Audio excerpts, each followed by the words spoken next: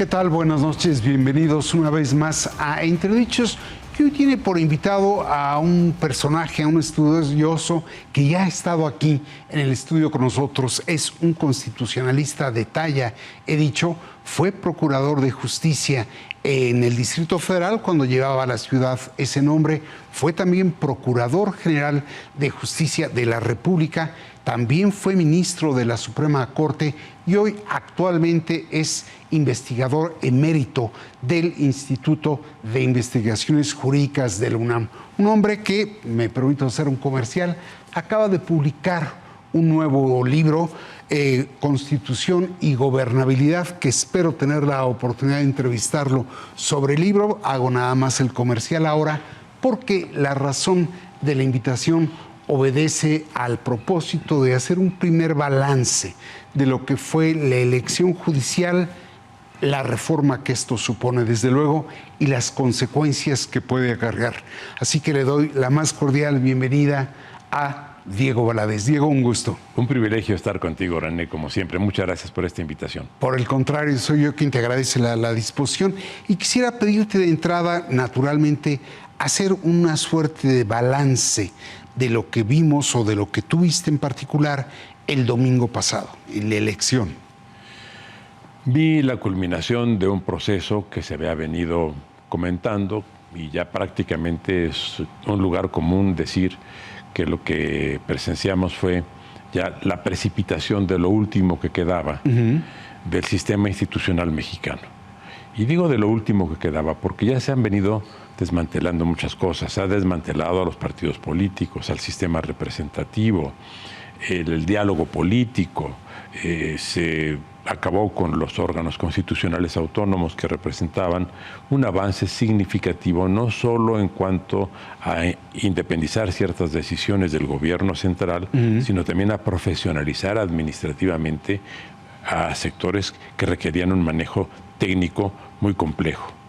Pero acabar con un sistema judicial al completo, sin sustituirlo por nada, sino lanzándolo al vacío. Y digo, no se sustituye por nada porque designar nuevos titulares no es nada. Lo que se requería era una reforma judicial de fondo que permitiera acceso a la justicia y mejores formas de impartición de la misma, con muchos otros elementos que se tendrían que haber contemplado. Pero se dijo, como hay corrupción, hay que elegirlos, como si la elección fuera una garantía de la honorabilidad de los elegidos. Eso significa el desmantelamiento del sistema institucional mexicano y es un salto al vacío, como no habíamos tenido nunca en 204 años de vida independiente en México. Tú habías dicho en la víspera de la elección que lo que íbamos a ver era un fracaso en cuanto a la participación y un fraude en cuanto al resultado. ¿Sostienes ese punto de vista? Lamentablemente la experiencia creo que me dio la razón a mí y a todos los que dijimos, porque no fui el único que opinó en ese sentido, y fue una predicción que se cumplió, porque efectivamente es un fracaso el porcentaje de votantes. Si tomamos como buena la cifra oficial, que también habría que hacer algunas consideraciones, pero démosla por buena, 13%. Cuando tenemos una aprobación del 82% para el gobierno, y cuando el gobierno en pleno, presidencia de la República, liderazgos del Congreso, liderazgos del partido, todo el mundo se volcó en una convocatoria masiva para las elecciones y teniendo el 82% de apoyo demoscópico, solo les hace caso el 13%, pues quiere decir que fue un fracaso. Y en el orden fraudulento, pues todos supimos de los famosos acordeones. Cuando el INE declara que son ilegales, faltan 2 días para las elecciones. Ya estaban todos distribuidos. Y podemos ver por los resultados que efectivamente los acordeones funcionaron, porque las personas que estaban señaladas en los acordeones que fueron distribuidos ampliamente en el país, curiosamente encontraron eco en los votantes. Ahora, Yo te decía que más que un concierto de acordeones fue un desconcierto de acordeones. Me gusta mucho esa expresión, es muy certera. Porque en el fondo no hubo un alineamiento del movimiento encabezado por Morena que determinara, y estamos viendo que ahora resulta quien tiene la votación más alta es un hombre, ¿no? Hugo Aguilar, y las tres que reiteradamente manifestaron su intención de presidir la Corte sobre la base del número de votos no ocupan el primer lugar. Entonces, ¿tú ves que adentro del propio movimiento hay contradicciones o tensiones? Está pasando un fenómeno muy explicable y es muy frecuente en todos los sistemas herméticos como el mexicano. Cuando se anula a las oposiciones, como se ha anulado en México, por dos vías. Una, porque se les aniquiló cuando el fraude, el primer gran fraude, les despojó de su representación en el Congreso. Las oposiciones tuvieron el 48% de los votos el año pasado y solo les dieron el 24% de los lugares en el Congreso. Entonces ahí sí fue una acción deliberada del poder político para aniquilar a las oposiciones. Pero eso converge con la decisión de las propias oposiciones, que están muy confundidas. Y en esta medida no hay, fuera del sistema del partido hegemónico, no hay ningún tipo de resistencia política eficaz. Y entonces, ¿qué ocurre? Que todos los conflictos se van al interior de esa fuerza política hegemónica, que evidentemente comienza a fracturarse, porque es ahí donde está la verdadera lucha por el poder. De manera que eso explica este desconcierto acordeonístico. Tú subiste un tuit diciendo: el sistema político mexicano enfermó de demagogia y se deslizó hasta lo absurdo. Lleva al país a unas elecciones judiciales caras, torpes, sucias e inútiles. Muy fuertes. Lamentablemente así fue. ¿Cuál fue el tema demagógico? Lo de que eligiéramos a todos los juzgadores. La única experiencia en cuanto a elección de jueces constitucionales es la de Bolivia. En el caso de la elección de jueces locales, la experiencia es la de aproximadamente la mitad de los estados en Estados Unidos. Pero juntar las dos cosas e imponerlas rompió todo el esquema institucional del país, por decirlo de alguna forma. En Estados Unidos los estados tienen la libertad de elegir o no sus jueces. En México eso no es así. En México se les impuso a todos los estados la obligación de elegir jueces. Pudieron diferenciar solo los tiempos, pero todos tendrán que elegirlos. El centro determinó. El presidente de la República, ni siquiera el centro, y el presidente de la República dijo: quiero tener 2/3 en el Congreso, y el Tribunal Electoral se los dio. Y cuando tuvo los 2/3 en el Congreso, le dijo a sus congresistas: quiero que aprueben sin modificar una coma esta iniciativa, y los 2/3 le dieron lo que el presidente pidió. De manera que llegamos a la exacerbación del absolutismo presidencial en el país y al extremo de la demagogia, considerando que elegir jueces es un acto democrático. No, elegir jueces es un acto demagógico. Habrá que ver qué jueces llegan, habrá que ver cómo van a resolver los asuntos, habrá que ver cuántos claudican ante las presiones de los grupos delincuenciales, de los grupos económicos, de los grupos de influencia sindical o profesional corporativa. Y vamos a ver en el nivel de la justicia en México fenómenos de corrupción como no hemos conocido en la historia del país. No solo no se corrige, se incrementa. Se dispara de una manera inimaginable. Fíjate que tuve la fortuna de tenerte aquí en octubre del 2023. En aquel entonces se hablaba, pero no estaba claro si la reforma del Poder Judicial por la vía de su elección se llevaría a cabo. Quisiera, si no tienes inconveniente, proyectar qué fue lo que me dijiste en ese entonces y que realmente resulta asombroso. Si te parece, lo vemos. ¿No hay un riesgo de que se ahonde la corrupción al elegir a los ministros? René, el problema ahí ya no sería el de corrupción. El problema ahí sería el desmoronamiento del Estado constitucional mexicano. Ya tenemos bastantes problemas en cuanto al déficit de gobernabilidad que estamos padeciendo en este momento en el país y que sufrimos en el día a día. Una parte de los fenómenos de violencia se deben al déficit de gobernabilidad en el país. Cuando se haga eso, si se llega a hacer eso, México va a entrar en una espiral decreciente en cuanto a su vida constitucional, que efectivamente nos va a llevar a la ingobernabilidad, ya no al déficit de gobernabilidad que tenemos hoy. Ahí está tu dicho, Diego. Ya desde entonces, hace más de año y medio, tú veías que el riesgo de una reforma del tipo que finalmente la hubo condujera al país a la gobernabilidad. ¿Por qué? Justamente por eso el título del libro que te obsequié es Constitución y Gobernabilidad. El eje de una constitución es ofrecer instrumentos de gobernabilidad, tanto para el gobernante cuanto para el gobernado. Esto es garantizar niveles de libertad, garantizar derechos fundamentales, garantizar participación para el gobernado y garantizar responsabilidad para el gobernante. Cuando el diseño es afortunado, los resultados son plausibles, como lo vemos en la mayor parte de los estados constitucionales del planeta. Cuando se dan desajustes, como es lo que ha ocurrido en México, y el más grave de todos es el de la reforma judicial, el de la llamada reforma judicial, que es realmente una contrarreforma.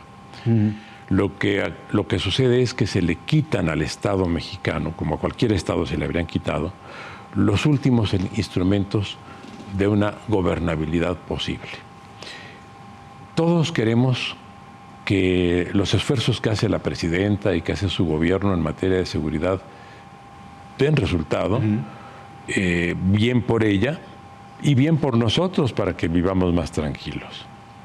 Pero cuando lo que se está haciendo con esta reforma es poner a todos los jueces penales del país, sin excepción, los locales y los federales, a merced de la extorsión que sobre ellos desean ejercer los diferentes grupos delincuenciales, quiere decir que el proyecto de seguridad de la presidenta y de su gobierno va a un fracaso inevitable. Y significa que las condiciones de tensión y de amargura social que todos vamos a padecer se van a multiplicar de una manera exponencial con relación a los que hemos tenido hasta este momento. ¿Por qué lo digo?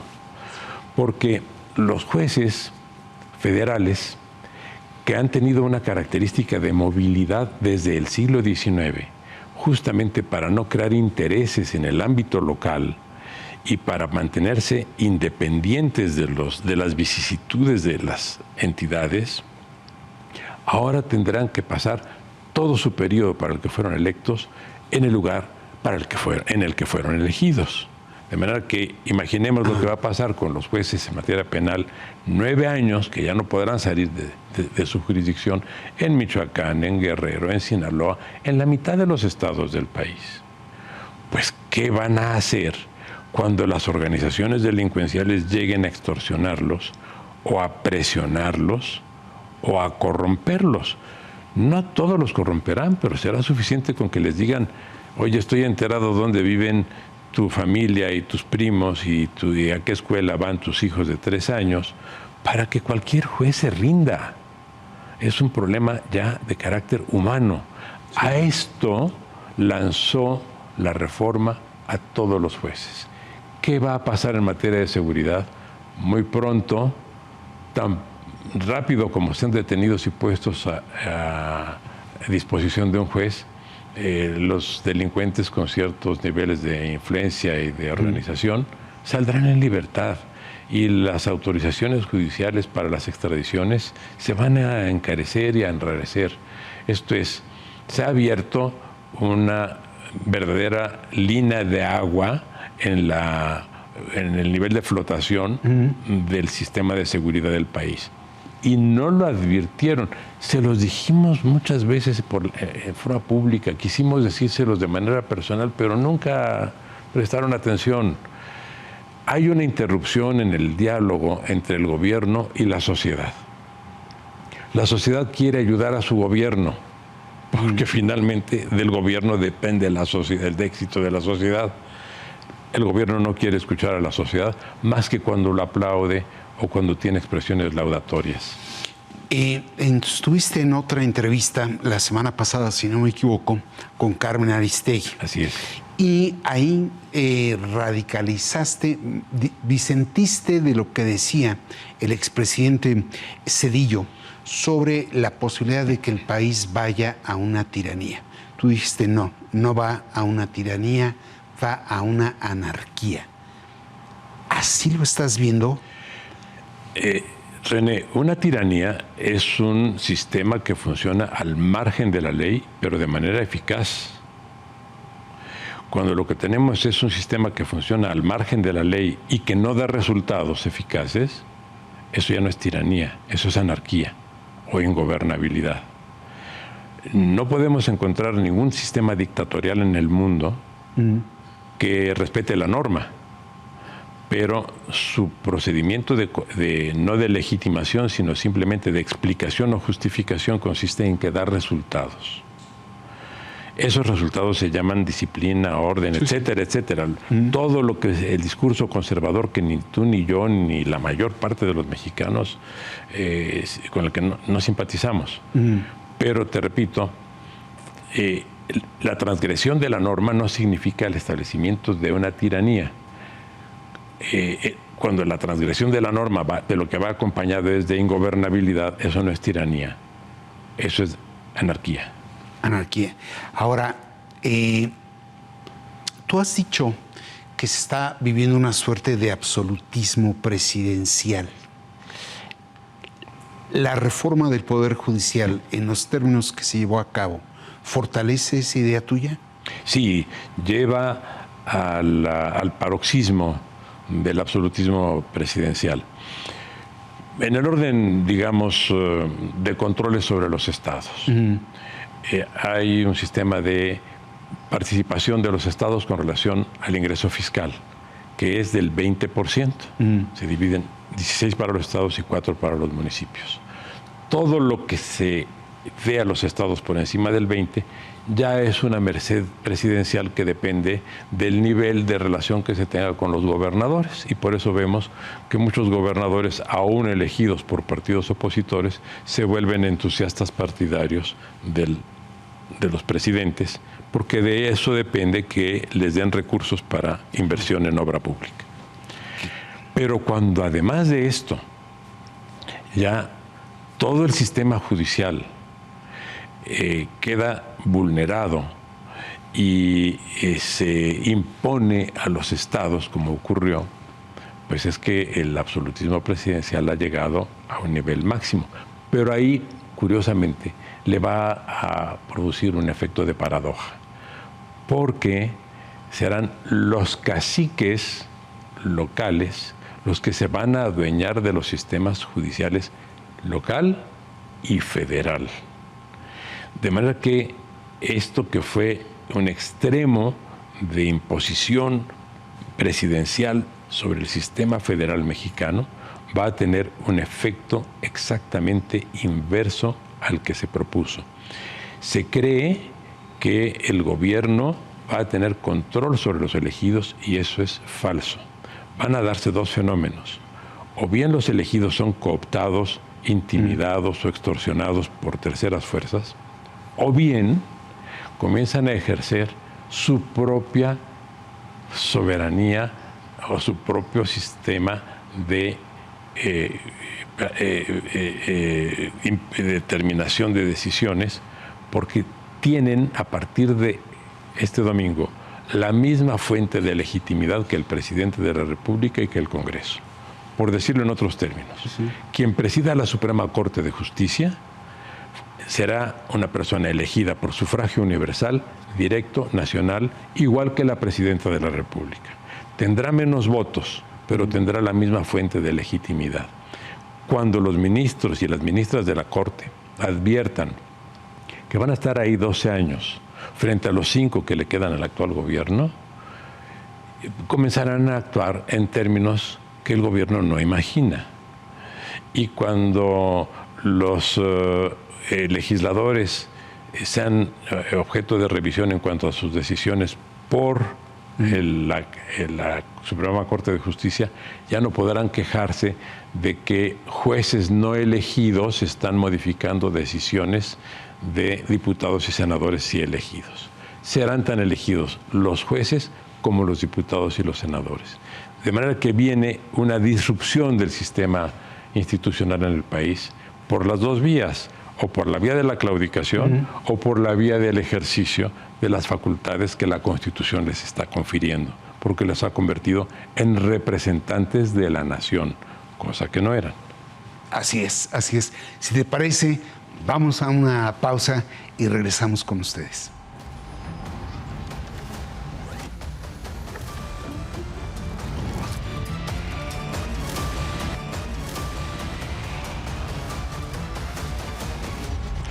Pues estamos ya de vuelta con Diego Valadez, investigador emérito del Instituto de Investigaciones Jurídicas de la Universidad Nacional, haciendo un primer balance de la elección del Poder Judicial sucedida apenas el día de antier.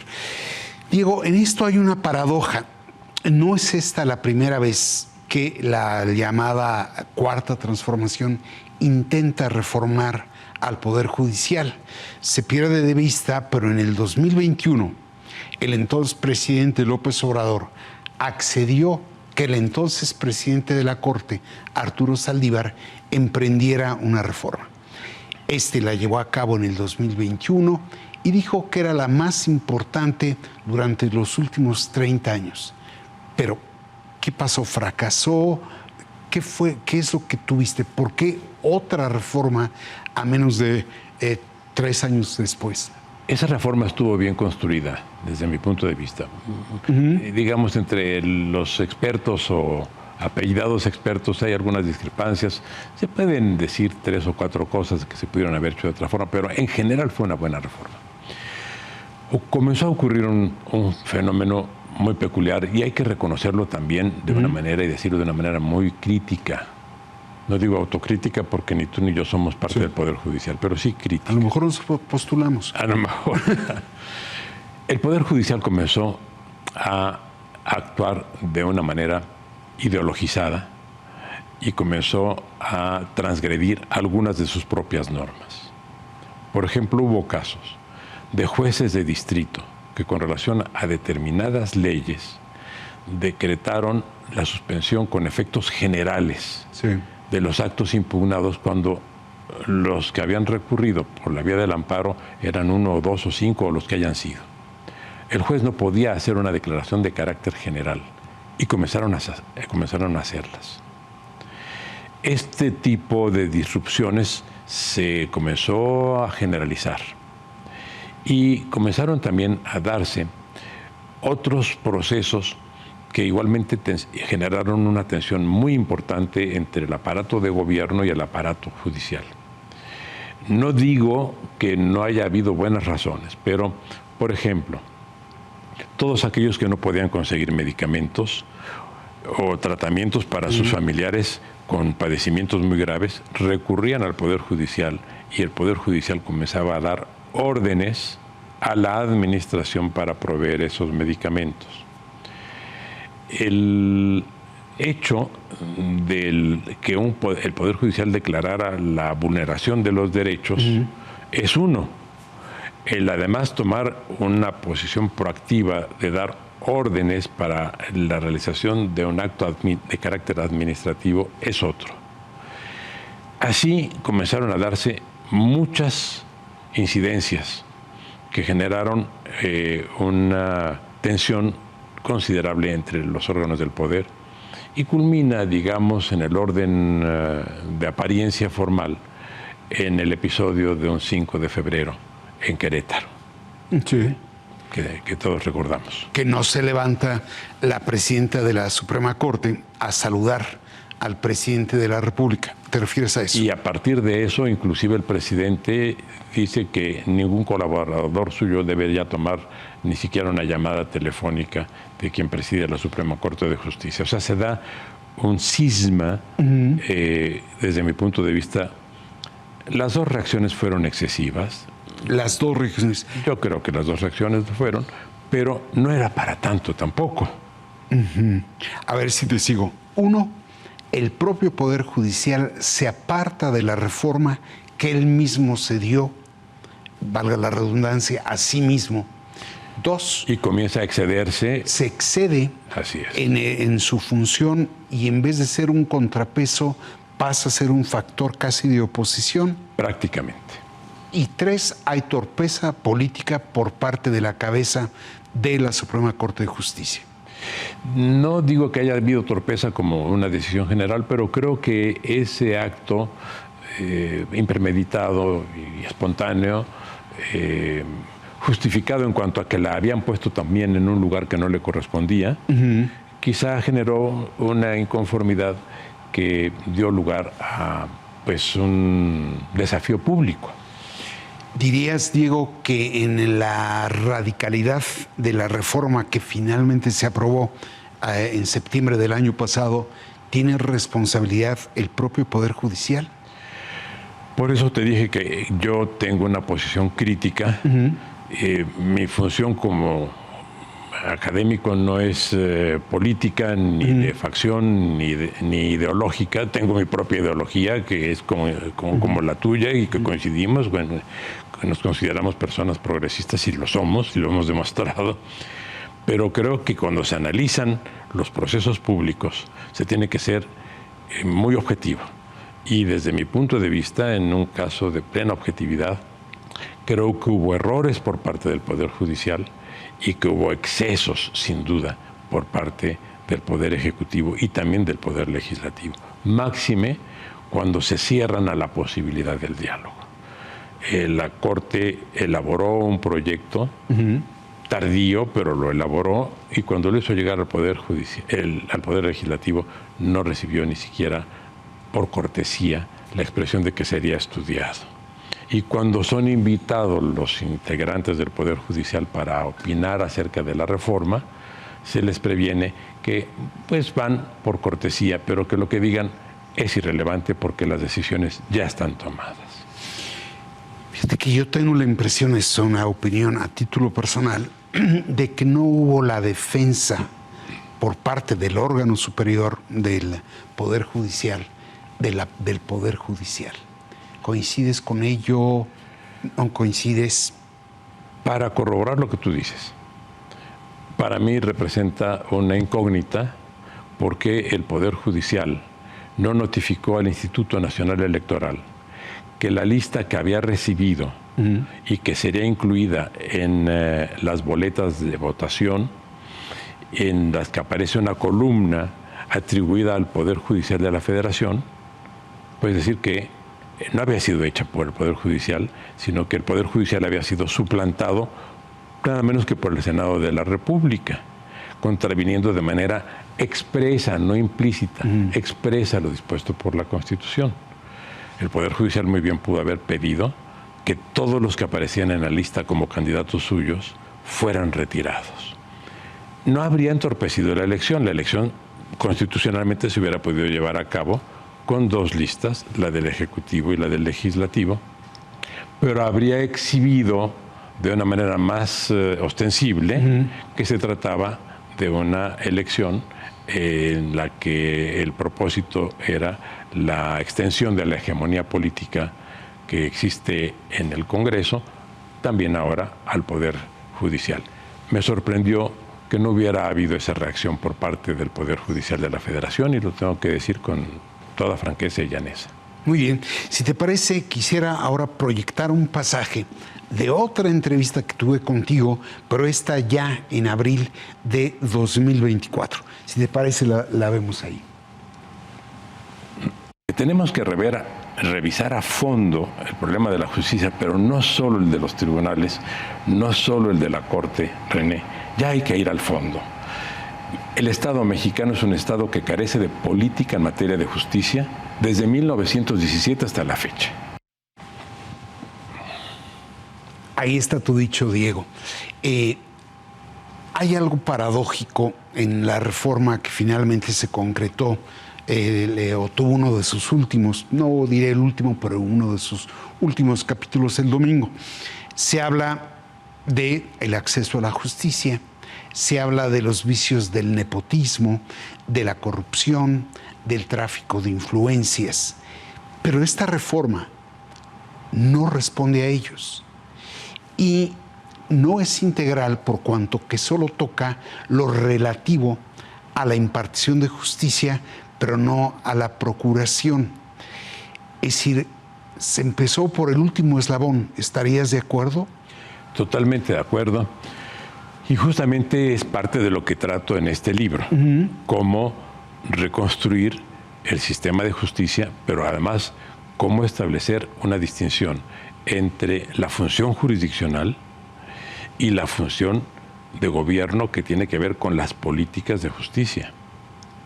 Por ejemplo, en 2023 los datos del INEGI son en el sentido de que hubo 2 millones de juicios entre los que atendió el sistema federal y el sistema local. 2 millones de juicios en un país de 130 millones de habitantes indica que el nivel de litigiosidad nuestro es muy bajo. Podría ser una ventaja. Digamos, el país con el menor nivel de litigiosidad en el mundo es Japón, lo cual no quiere decir que haya injusticia, sino que hay otras formas alternativas de solución de sus conflictos. El país más litigioso del mundo es Estados Unidos, con un costo brutal para su aparato económico. El costo corporativo de la litigiosidad es muy alto. Pero lo que no tenemos en México, lo que denotan estas cifras, es que no tenemos acceso a la justicia porque no hay forma de acceder cuando tenemos un número tan exiguo de juzgadores por cada 100,000 habitantes. Pero no solo eso, no sabemos cuánto duran los juicios, no sabemos cuánto cuesta litigar, no sabemos cuál es la capacitación real de los abogados con relación a su posibilidad de representar con eficiencia a los justiciables. No tenemos un solo estudio, René, de impacto normativo, de lo que se llama impacto normativo. O sea, se dice, vamos a aumentar la penalidad por violación a tanto, y no se ha determinado si ese aumento en la penalidad se tradujo en disminución de los delitos de violación. Y así ocurre con todos los delitos y con todas nuestras normas. No estudiamos qué impacto tienen en la realidad. Peor aún, no estudiamos qué impacto tienen en la sociedad las sentencias de los jueces. De manera que estamos navegando a ciegas. No hemos resuelto lo que tú dices, el problema de la corrupción, el problema de las familias integradas y del nepotismo. No hemos estudiado todo eso y resuelto con una circunstancia. Hace poco el gobierno denunció actos y relaciones de nepotismo en el gobierno, en el sistema judicial, y se dijo, miren, los datos aquí están. Lo que no dijo el gobierno, y me sorprendió, es que ese estudio era del propio Poder Judicial. Ese estudio lo hizo el Consejo de la Judicatura. Sí, lo ha mencionado la presidenta, cómo el propio Poder Judicial asume que hay prácticas de nepotismo en su interior. Pero... Y cuando se hizo, lamentablemente lo hizo un consejero muy inteligente, Felipe Borrego, y lamentablemente el Poder Judicial no le hizo caso. No le hizo caso. Ahora, Diego, si solo se reformó el Poder Judicial, pero no las fiscalías, es decir, ¿tiene sentido lo que se hizo? No tiene sentido porque... Pero el Poder Judicial tampoco se reformó para ser mejor, sino para ser elegido. De manera que lo que no tiene sentido es eso. En cuanto a las fiscalías, el problema de las fiscalías, René, no es solo su preparación, que en general es buena, sino que así como el número de juzgadores es muy inferior al que necesitaríamos, el número de fiscales, esto es, de agentes del Ministerio Público, tanto en el ámbito local como en el ámbito federal, no tiene ninguna relación en proporción con relación al número de delitos que se cometen y que se hacen de su conocimiento. La mayor parte de los delitos que son denunciados son recibidos y acto seguido colocados en una gaveta, no en un archivo, porque ese es otro trámite para archivar, pero sí en una gaveta. No hay capacidad con el número de fiscales que tenemos y con los salarios que se les pagan de contar con un sistema eficiente. Independientemente de que se mejoraran los procedimientos o no, el solo hecho es que la falta de política de justicia del Estado mexicano ha hecho ver que pues, los fiscales son de segunda y que basta con que hagan como que atienden a la población cuando la población se queja de ser víctima de delitos y que con eso nos demos todos por satisfechos. ¿Cuál es el resultado? La tasa de impunidad más alta que se puede uno imaginar. Nuestra tasa de impunidad anda alrededor del 99% de los delitos cometidos. Cuando uno piensa en una tasa de impunidad de ese tamaño, ¿qué nivel de corrupción puede esperar? El que tenemos. Si queremos combatir la tasa de impunidad, tenemos que decuplicar, no duplicar, decuplicar el sistema de fiscalías y quintuplicar el sistema de juzgadores. ¿Adviertes tú después de la elección del domingo que haya la posibilidad de rectificar algo o no? Lo lamentable es que veo dos cosas. Por un lado, un gran júbilo por parte de las autoridades creyendo que se trató de un gran éxito democrático. Eso les lleva a tener una incapacidad de ver lo que les va a pasar. Las principales afectaciones con motivo de esto que está pasando y que se verán en el curso de 1 o 2 años serán para las propias autoridades. De manera que no tendrán que rectificar por reconocer un error, sino tendrán que rectificar por reconocer que el país se volvió ingobernable. Y si quieren que el país sea gobernable, habrá que comenzar por restablecer un buen sistema judicial en México. Cierro con una expresión con la cual abriste tú la entrevista. Dijiste que fue una precipitación al vacío. ¿Qué sigue entonces? Las, digamos, perspectivas pueden ser muchas. Lo que sigue, desde luego, lo previsible, es que se produzcan niveles de desorden creciente en la vida institucional del país y que esto penetre hasta los sectores de la sociedad que hasta este momento no habían resentido más que los efectos de la violencia. Pero cuando quien tramite una custodia con motivo de un divorcio o una patria potestad se encuentre con que tendrá que hacer frente a un juez que puede obedecer a consignas que no son estrictamente las jurídicas, o cuando el trámite de una herencia sin testamento también implique erogaciones no previstas por la ley, o cuando las importantísimas acciones de carácter mercantil que lleven, por ejemplo, a las suspensiones de pagos, exijan también un tributo que no está previsto por la ley para quien vaya a acordarla, y tantos otros juicios más, entonces la sociedad comenzará a sentirse afectada ya no solo por la violencia, sino también por las prácticas extorsivas y corruptas de un sistema judicial que se atrofió. Y esto va a producir una inconformidad social que todavía no podemos dimensionar ni prever en cuanto a su magnitud, pero que estará presente y que se dejará ver ante las autoridades. Yo pues te agradezco muchísimo la disposición a hacer un balance, digo, prácticamente a 48 horas de haber tenido el ejercicio electoral. Te agradezco muchísimo.